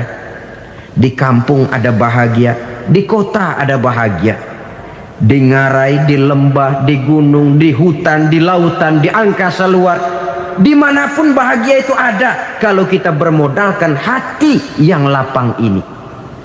Dan hati akan lapang kalau kita dekat dengan agama. Dekat dengan harta buat sementara hati mungkin tenang, tapi ketenangan yang relatif dan temporer. Apalagi orang tiap kali tambah harta, tiap kali tambah rencana. Itu wajar. Mungkin sebelumnya saudara berpikir, kalau punya duit 5.000 enak nih. Begitu punya duit 5.000, aduh sayang kalau 10.000 aja. Tiap kali tambah harta, tiap kali lain rencana. Makin banyak rencana, makin menjauhkan kita dari yang namanya ketenangan. Padahal ketenangan merupakan unsur utama untuk mencapai bahagia. Dan ketenangan itu bermuara dalam hati manusia. Tengoklah kehidupan ini. Orang yang banyak harta dengan orang miskin, berbedakah rasa sakit yang mereka tanggungkan? Rasanya tidak. Walaupun si kaya tidur di kasur empuk berselimutkan sutra mahal, sementara si miskin meringkuk di balai bambu yang keras dan kasar. Apabila maut datang, dia juga tidak pernah pilih bulu. Maut datang menjemput si kaya di singgasana keemasannya, dikelilingi oleh para pengasuh, dayang dan inang serta para pengawal. Dan maupun datang menjemput si miskin papa sehingga ia tergelepar di tepian jalan. Kedua-duanya bernama mati. Kalau nyata bahwa sakit yang ditanggung si kaya tidak beda dengan sakit yang ditanggung si miskin, bukan harta semata yang membuat orang bahagia. Hati yang tenang, jiwa yang lapang penuh kedamaian karena banyak berzikir dan mengingat Allah, itu merupakan modal utama untuk mencapai sesuatu yang bernama bahagia.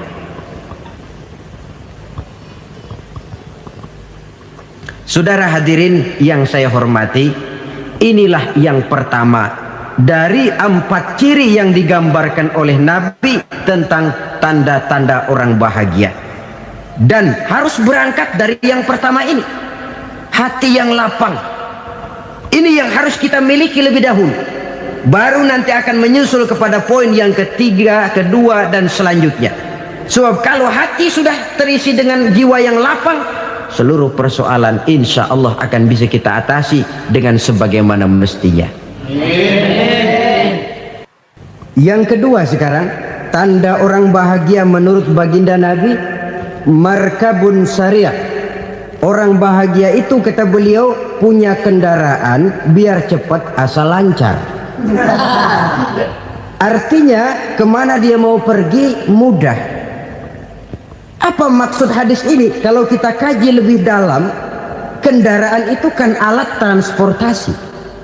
Transportasi tidak lain adalah usaha memudahkan komunikasi. Pindah dari situ kepada teori bahwa manusia adalah zon political, makhluk bermasyarakat yang tidak bisa memenuhi kebutuhan hidupnya secara sendirian. Kita memerlukan keberadaan orang lain dalam kehidupan ini. Untuk memakai baju saja kita sudah perlukan petani yang tanam kapas, pabrik yang memintal kapas jadi benang, pabrik yang menenun benang jadi kain, sampai kepada mesin jahit, sampai kepada tukang jahit. Itu cuma untuk memakai pakaian saja. Tidak seorang pun di antara kita yang sanggup memenuhi kebutuhan hidupnya secara sendiri. Kita perlu orang lain. Maka kebebasan dalam arti mutlak, kebebasan tanpa batas, itu tidak mungkin ada dalam kehidupan. Karena kita mengadakan yang disebut interaksi sosial. Setiap kegiatan kita tentu melibatkan orang lain. Menurut kita barangkali kita bebas jalan di jalan raya semaunya, tapi orang lain berkendaraan pun merasa bahwa ini ada juga jalan haknya. Dan begitu selanjutnya. Oleh karena itu, maksud dari kendaraan yang cepat ini adalah khulata'uhu ma'as solihin. Lingkungan pergaulannya terdiri dari orang-orang soleh. Pergaulannya luas. Kemana dia pergi ada temannya. Kesulitannya ada tempat dia cerita. Dan kesulitan kalau sudah diceritakan kepada orang lain, taruh kata orang itu tidak bisa menolong, namun menceritakannya kepada orang yang kita percayai, kan paling kurang sudah mengurangi beban jiwa, mengurangi tanggungan batin, merasa masih ada tempat kita cerita. Maka lebih baik orang awam yang mau bergaul ketimbang orang setengah alim tapi ngunci pintu. Sebab nantinya akan timbul sikap picik, cupik pandangan, dan tidak luas menghadapi kenyataan dalam kehidupan ini. Namun yang harus kita garis bawahi, pergaulan memang mesti luas. Namun jangan sekali-kali lupa bahwa pergaulan sangat besar pengaruhnya dalam ikut membentuk kepribadian manusia. Sehari-hari bisa kita bilang, kalau kita dekat sama tukang minyak wangi, sekalipun nggak dibagi minyaknya, baunya tentu dapat. Betul? Tapi dekat sama tukang elas, walaupun nggak kena apinya, asapnya mesti kena. Kalau Syauqi mengatakan lebih jelas lagi, man asyaral asrafa asa musyarrafan wa muasyiral anzali ghairu musyarrafin. Awalam taral jildal hakira muqabbalan bisagri lamma sara jildal mushaf. Siapa yang bergaul dengan orang mulia, dia bakal ikut menjadi mulia. Tapi siapa yang berteman dengan orang hina, dia tidak bakal ikut menjadi mulia. Tidakkah kau lihat, kata Syauqi, kulit kambing yang hina pun dicium orang ketika menjadi kantong Quran. Kulit kambing hina, kalau dia sendirian gak ada yang mau cium. Tapi begitu dia bergaul dengan Quran, menjadi kantong Quran, dipakein minyak wangi, ditaruh di tempat yang tinggi, mau diambil dicium dulu, dibawa dengan penuh hormat dan hati-hati. Kulit kambing yang hina lantaran berteman dengan Quran, numpang mujur. Tapi coba lihat kalau kulit kambing berteman dengan kayu, jadi beduk, habis. Zohor dikemplang, asar dipukul. Itu pun sedikit saja, cuma salah milih teman. Yang temannya Quran dihormati orang, yang temannya kayu lantaran jadi beduk, gelap-gelap subuh orang udah kemplangi.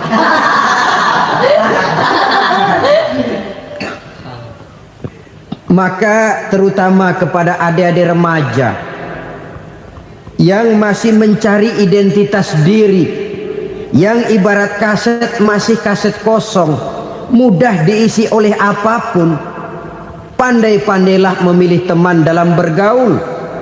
Karena banyak orang yang tadinya baik-baik, ketika terseret dalam pergaulan dengan orang yang tidak baik, kebaikannya menjadi lentur dan luntur.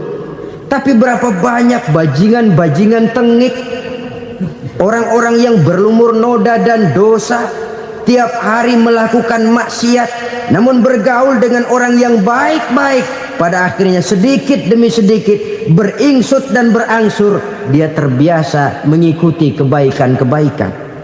Saya tekankan ini kepada remaja karena mereka masih mencari identitas diri. Apa yang mereka lihat mereka mau, apa yang mereka dengar mereka ingin tahu. Coba lihat kehidupan remaja. Pulang nonton film Rambo, pengen jadi Rambo, gagah, maunya belekai melulu. Pulang nonton film Superman, pengen bisa terbang. Pulang nonton India, nyanyi melulu. Wajar, mereka masih mencari identitas diri. Saya ini sebenarnya siapa? Lingkungan, pergaulan akan membentuk itu. Karena itu pandai-pandailah bergaul, karena ia sangat besar pengaruhnya dalam ikut membentuk kepribadian manusia. Apalagi sifat yang jelek lebih cepat menularnya ketimbang sifat yang baik. Sifat yang baik, watak yang soleh itu lambat sekali untuk menular. Tapi yang tidak baik, kan prosesnya mah kalau remaja biasanya mula-mula dengar. Karena dengar lalu pengen tahu. Karena pengen tahu lalu ngeliatin. Begitu ngeliatin kan pengen nyobain. Setelah nyobain ketagihan. Nah, ini prosesnya. Yang namanya ganja, morfin, narkotik awalnya kan begitu. Mula-mula denger katanya kalau sudah fly to the sky, sudah melayang ke langit katanya, disitulah puncak kebahagiaan. Mulanya cuma denger. Karena denger pengen tahu. Karena pengen tahu lalu ngeliat, kumpul sama orang yang suka ngeganja. Setelah ngeliat, nah pengen ngerasain. Begitu ngerasain enak juga, ketagihan. Kalau sudah ketagihan jadi penyakit kronis, bisa merembet kepada yang lain. Iya, kalau orang tuanya mampu untuk beli morfin, beli ganja. Kalau tidak kan pikirannya ngayap, jemuran siapa ya gue sabet. Timbullah perbuatan-perbuatan negatif yang bermula dari salah pergaulan. Apalagi buat adik-adik remaja yang tinggal di kota-kota besar, yang pengaruh budaya, pengaruh kesenian, pengaruh struktur kehidupan yang nampak makin individualistis, di mana persaingan tajam, tensi ekonomi tinggi, orang mudah mengalami stres. Pandai-pandailah dalam bergaul, sekali lagi karena ia sangat besar pengaruhnya dalam ikut membentuk kepribadian manusia. Orang bahagia punya kendaraan yang cepat, artinya punya pergaulan yang luas, dan lingkungan pergaulannya terdiri dari orang-orang yang soleh. Kemana dia pergi ada teman, kesulitannya ada tempat dia cerita. Tapi kalau sudah menyendiri, hidup sendiri, kesulitan dipikiri sendiri, bisa mati belum waktunya. Tidak ada tempat berbagi rasa, tidak ada tempat bercerita, tidak ada tempat mengurangi beban dalam kehidupan. Pantas betul kalau Islam sangat menggalakkan dan menganjurkan orang kalau sudah sampai waktunya itu untuk melangsungkan nikah. Kata Nabi, ya ma'syaras syabab man istata'a minkumul ba'at falyatazawwaj. Hai para pemuda, kalau sudah mampu memberi nafkah, kawinlah, nikahlah kamu. Kenapa? Sudah ada teman hidup, tempat berbagi rasa. Kesulitan kalau ada tempat cerita akan lebih ringan ketimbang kita telan sendiri, walaupun bobot kesulitannya sama beratnya. Saudara-saudara kaum muslimin rahimakumullah, inilah ciri yang kedua, punya kendaraan biar cepat asal lancar. Kemana kita mau pergi gampang. Dengan kata lain, setelah hati yang luas, pergaulan yang luas. Dua. Yang ketiga sekarang, tanda orang bahagia itu menurut Nabi, misbahun mudhi'un, punya lampu yang terang. Oh, itu enggak problem. Sekarang sudah zamannya listrik masuk desa, Pak. Lampu sudah terang semua. Betul, kalau itu yang dimaksud. Tapi tidak cuma itu. Karena lampu yang dimaksud di sini, lampu yang akan menerangi seluruh perjalanan hidup. Dan perjalanan hidup itu sudah dimulai sejak kita terlahir ke alam ini sampai masuk ke alam barzah, kumpul di padang mahsyar sampai ke akhirat. Lampu yang menerangi itu yang diperlukan. Kalau lampu, katakanlah yang paling top sekarang kan lampu jenis Mercury. Taruhlah itu di rumah kita, dia cuma menerangi rumah kita, menerangi hati pun tidak sanggup. Bila kita masuk ke alam barzah, alam kubur, sanggupkah si Mercury yang begitu terang menerangi alam barzah kita? Tidak sanggup lagi. Sanggupkah lampu yang ratusan watt, bahkan puluhan ribu watt menerangi kehidupan di padang mahsyar? Tidak akan sanggup lagi. Kalau demikian, yang dimaksud lampu yang terang di sini apa? Tidak lain amal soleh, kebajikan yang kita lakukan dalam hidup. Itu yang akan jadi lampu penerang. Di dunia nama kita akan terang, jasad kita boleh hancur terkubur tanah, tapi nama kita akan dikenang orang. Begitulah kalau orang meninggalkan kebajikan dalam hidup seperti sekarang. Ribuan orang tiap saat berziarah ke kubur Imam Syafi'i, ke kubur Imam Malik, ke kubur Imam Ghazali. kubur orang yang baik-baik, orang yang soleh-soleh. Kebajikannya yang ditinggalkan, yang mengukir namanya dengan tinta emas, sehingga saudara sudah terbaring di alam kubur. Orang lewat, Allah, ini kuburannya Fulan bin Fulan, dulu ini kebaikannya Masya Allah, saya ikut merasakan. Mari kita mampir sebentar, kita Fatihah, mohon disampaikan Allah pahalanya kepada almarhum. Al-Fatihah. Itu kalau orang baik-baik. Lalu saudara tanya, Pak, orang mati dikirimin Fatihah apa nyampe pahalanya? Saya jawab, kalau saudara nggak percaya, mati dulu dah. Nanti saya Fatihain, tungguin di sana. Umpama nggak sampai, balik lagi kemari. Sekarang ini kan maunya otak-otakan saja. Kalau nggak masuk otak, nggak percaya. Padahal alam gaib itu nggak bisa diotak-otakin. Sama saja dengan saudara pernah dengar cerita kapal tanpa emas tenggelam kan? Pernah nggak? Di mana? Ya, di laut Masalembo. Begitu ke tanpa emas tenggelam, ratusan penumpang itu terjun ke laut, dipermainkan gelombang, berjuang menghadapi maut itu. Orang lagi timbul tenggelam di lautan, dihantam ombak, kita tengokin pakai helikopter. Pak, lagi timbul tenggelam ya? Iya, tolongin. Jangan khawatir Pak, nih saya kirim intan Pak, harganya 10 juta. Kira-kira orang yang timbul tenggelam di laut seneng nggak? Tidak. Kan mahal toh intan 10 juta. Kenapa dia nggak senang? Karena intan 10 juta dalam kondisi seperti itu tidak sanggup menyelamatkan dia. Dia akan girang kalau dikirimin ban mobil bekas, dikirimin papan terentang atau bambu. Intan yang 10 juta dia nggak girang, ban mobil bekas yang 1000 perak tuh pegang, itu yang dia girang betul. Inilah sebabnya Nabi berkata, mal mayyitu fi qabrihi illa kal ghariqil mutaghawwis. Orang yang meninggal di alam kuburnya seperti orang timbul tenggelam di lautan. Yantaziru da'watan min ahli, menunggu doa dari keluarganya yang masih hidup.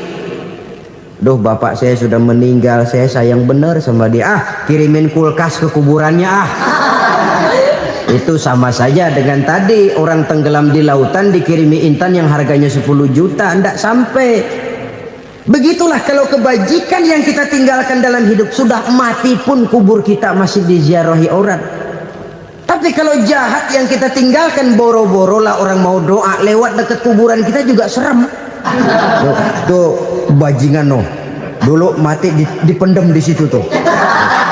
Jangan lewat situ, ntar kesurupan, jangan. Lewat saja orang ngeri. Konon lagi membacakan Fatihah dan mengirimkan doa. Hidup pada hakikatnya adalah kesempatan untuk berbuat baik. Maka sekali kesempatan itu diberikan, manfaatkan dengan sebaiknya. Sebab kesempatan kedua tidak akan pernah ada. Kesempatan berbuat baik di sini, di akhirat sudah pembalasan namanya. Sekali kesempatan itu dicabut, dia tidak akan pernah dikembalikan lagi. Kata Iqbal, hidup tidak mundur ke belakang, Bung. Berhenti diinjak orang, mundur hancur. Tidak ada kata mundur dalam hidup ini. Berhenti diinjak orang, mundur kecebur. Tidak ada kata lain, harus maju dalam kehidupan dalam artian yang positif. Hidup adalah kesempatan untuk mengumpulkan kebajikan yang sebanyak-banyaknya. Di situ nilai daripada manusia. Sekarang ini memang nggak kelihatan kok, orang yang banyak pahala sama yang banyak dosa nggak kelihatan kok. Barangkali kalau habis bikin dosa palanya pada benjol, mungkin orang takut sama dosa. Tapi sekarang sama saja, orang yang banyak dosa dengan yang nggak banyak dosa jalan bareng dari belakang, sama, nggak kelihatan beda. Tapi ada waktunya di mana pahala memegang peranan, di mana dosa diperlihatkan. Sama saja kalau kita bawa mobil siang, lampu kan nggak begitu berfungsi. Apa lalu bilang, alah ini lampu berat-beratin, copot-copotin aja dah. Tidak perlu begitu. Kenapa? Pada suatu saat malam senja akan datang. Bila matahari terbenam, senja pun datang, gelap mulai merayap, disitulah baru terasa perlunya lampu. Pahala begitu. Sekarang orang yang nggak ada pahalanya, nggak kelihatan dalam kehidupan. Tapi pada satu saat senja kehidupan akan datang. Ajal merenggut nyawa, malam merayap, dan hidup mulai diliputi kegelapan di alam barzah. Dikala itu kalau nggak punya lampu, alangkah malangnya kita.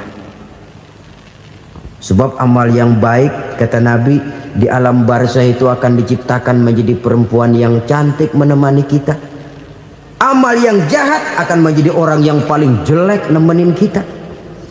Udah di tempat gelap yang nemenin jelek.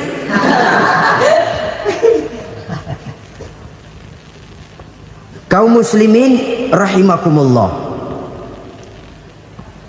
Kalau demikian masalahnya, tergantunglah kita pandai memanfaatkan waktu. Al-waktu kasayf, waktu itu cepat sekali. Yang namanya waktu itu tahu-tahu. Tahu-tahu udah tahun 87. Tahu-tahu udah begitu. Tahu-tahu yang kemarin anak-anak sekarang udah pada punya anak. Tahu-tahu saja itu.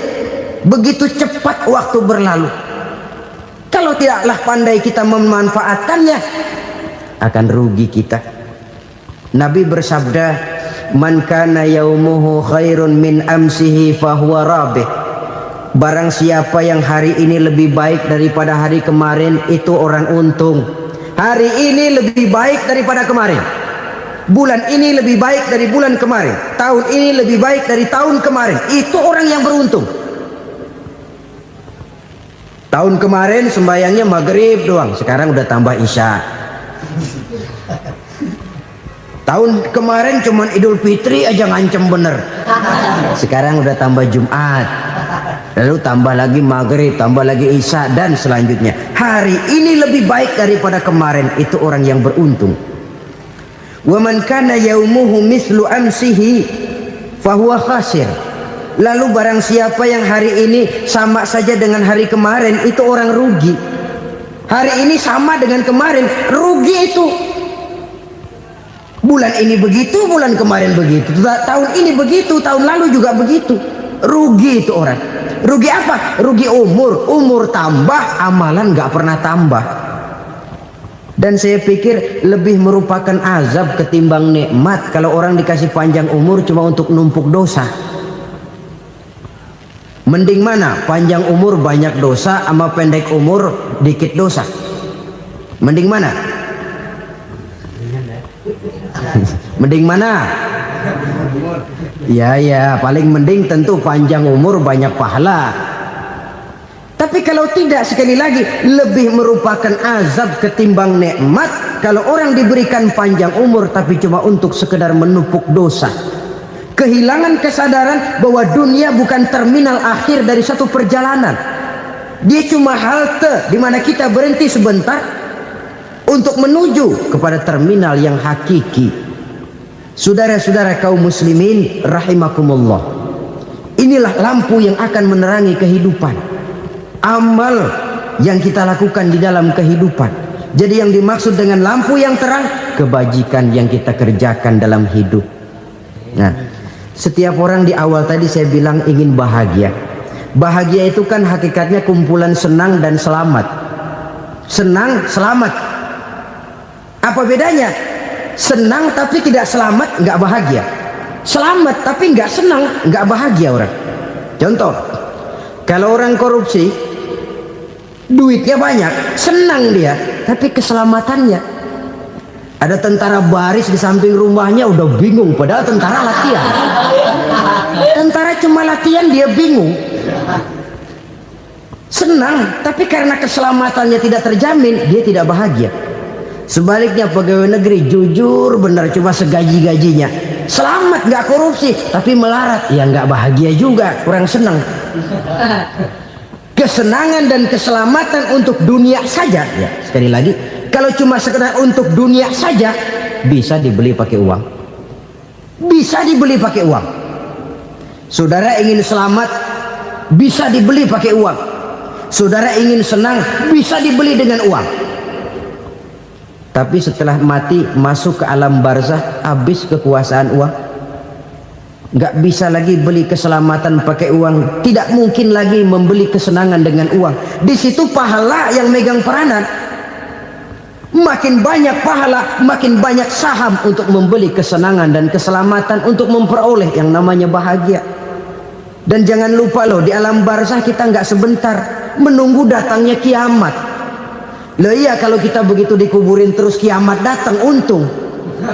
Tapi kalau masih harus 1000, 2000, puluhan ribu tahun yang akan datang dalam satu penantian yang begitu lama tanpa saham untuk memperoleh kebahagiaan, satu kemalangan yang tidak ada pernah putus-putusnya. Janganlah tergelincir oleh kebahagiaan sebentar yang menipu dengan mengorbankan kebahagiaan hakiki yang berjangka panjang. Apa artinya senyum sejenak kalau harus ditebus dengan tangis seumur hidup? Biarlah kita minum jamu, pahit memang, getir memang, tapi kan besok badan sehat. Daripada sekarang minum sirup, manis memang, enak memang, tapi bibir pada jontor besok. Sirawan, batuk, nggak karu-karuan.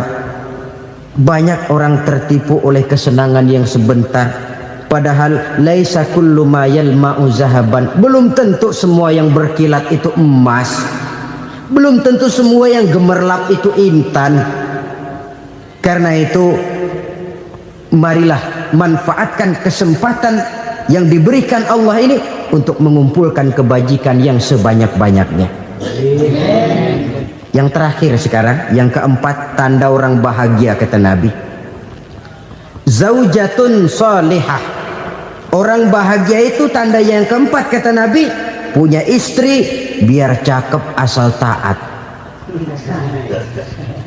Sudah surga itu sudah. Cakep taat. Istri kayak gitu, kalau belum mati jangan dikuburin dulu itu. Sudah cakep taat lagi. Tapi kadang-kadang enggak, udah jelek ngadat melulu. Apa yang mau dipilih?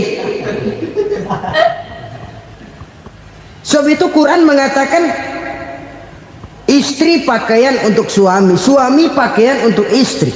Kenapa suami istri diibaratkan pakaian? Alangkah tingginya gaya bahasa Quran ini. Suami istri teman hidup, hidup perjalanan panjang. Sejak kita dalam rahim sudah ada hidup kan di sini. Sampai ke alam dunia, masuk ke alam barzah, kumpul di padang mahsyar, sampai menuju akhirat, itu perjalanan hidup. Carilah istri atau suami teman hidup yang membawa manfaat tidak hanya kehidupan di dunia ini, sampai di alam barzah, sampai di padang mahsyar. Suaminya mungkin meninggal lebih dulu atau istrinya mungkin meninggal lebih dulu, tapi suami atau istri yang masih hidup berbuat kebajikan. Suami saya meninggal, ada hartanya, saya sedekahkan, niat pahala untuk almarhum suami saya. Ini teman hidup, tidak dibatasi dan tidak bisa dipisahkan oleh maut sekalipun. Zohirnya mungkin pisah, badannya mungkin pisah, tapi hatinya, jiwanya, kebersamaannya dalam menghadapi kehidupan. Karena itu saudara-saudara, bahasa Quran indah. Suami istri diibaratkan seperti pakaian. Apa fungsi pakaian? Pertama, pakaian jadi kebanggaan. Artinya suami harus menjadi kebanggaan istri, istri harus jadi kebanggaan suami. Yang kedua, pakaian itu kan fungsinya menutup aurat. Artinya sesama suami istri harus saling menjaga kekurangan masing-masing. Jangan malah sesama suami istri saling membongkar rahasia dan aibnya sendiri-sendiri. Istrinya diceritain jeleknya di mana-mana, atau suaminya dibongkar rahasianya di pasar umum. Itu sudah tidak lagi berfungsi sebagai pakaian. Kenapa semua ini diperlukan? Karena kita menyadari bangsa yang baik terdiri dari masyarakat yang baik. Masyarakat yang baik merupakan susunan dari warga yang baik. Warga yang baik adalah terdiri dari rumah tangga yang baik. Dan rumah tangga yang baik merupakan susunan dari pribadi yang baik. Dari situ langkah dimulai. Membangun satu bangsa yang baik diawali dengan membangun rumah tangga yang baik, dengan menciptakan pribadi-pribadi yang baik. Sehingga dari sini diharapkan berkembanglah nilai-nilai kebaikan. Orang akan bahagia mempunyai istri yang soleh. Kenapa? Tidak ada seorang suami bisa sukses jadi apapun dia, apapun profesinya, dokterkah, kiaikah, mubalikah, petanikah, pengusahakah, pejabat tinggikah, tidak ada seorang suami yang bisa sukses tanpa peran serta istrinya. Walaupun memang peranan itu tidak begitu kelihatan, tapi sangat menentukan. Karena itu, saudara hadirin yang saya hormati, Islam sangat menghargai kaum wanita, memberikan kedudukan yang tinggi sepanjang tidak mematikan kodrat kewanitaannya.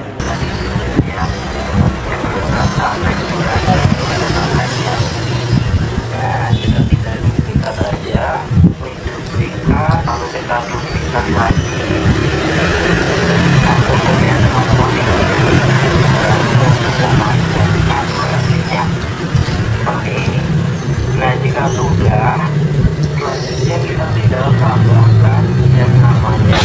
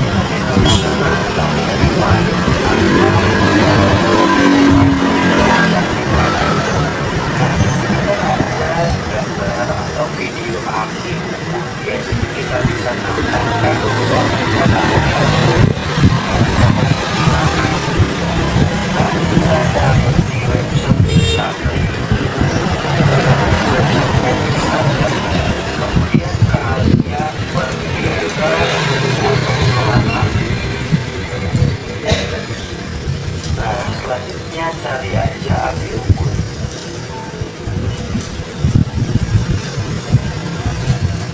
Nah, ini kita cari dan nanti akan ada apa yang api